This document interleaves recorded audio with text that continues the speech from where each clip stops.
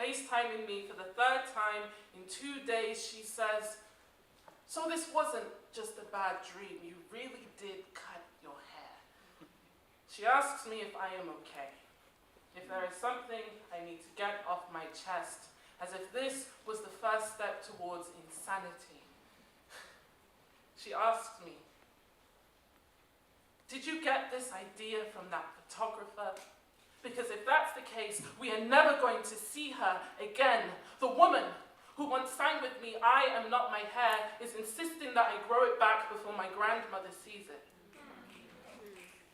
It is in that moment I realized that she never fully encouraged me to be myself, simply poked holes in the box that society tried to shove me in.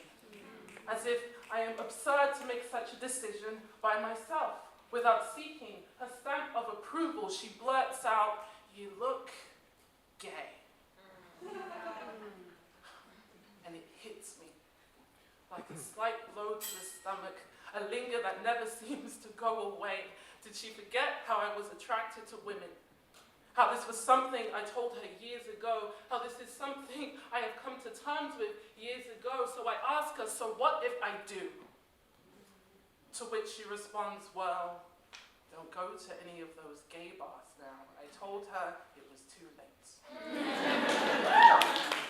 It took me back to 2009.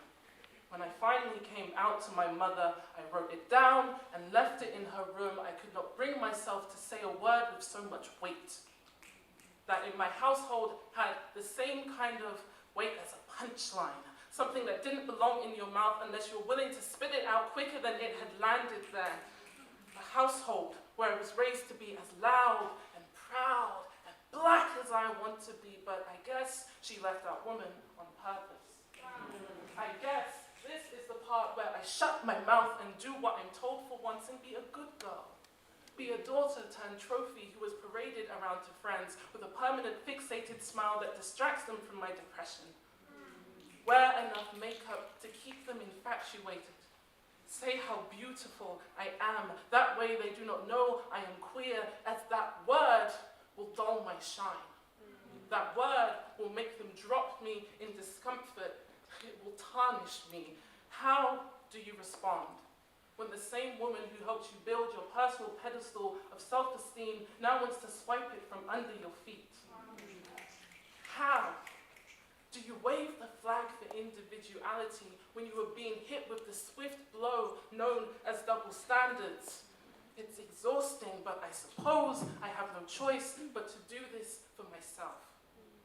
It was not the style that was the problem. It was her distorted view of what a woman should look like, a deep-rooted fear that was inherited in childhood. But I will let her know that this is not hereditary. I will prove that society's broken perspective cannot fix me. I will face the fact that I cannot make my decisions off of someone else's hopes.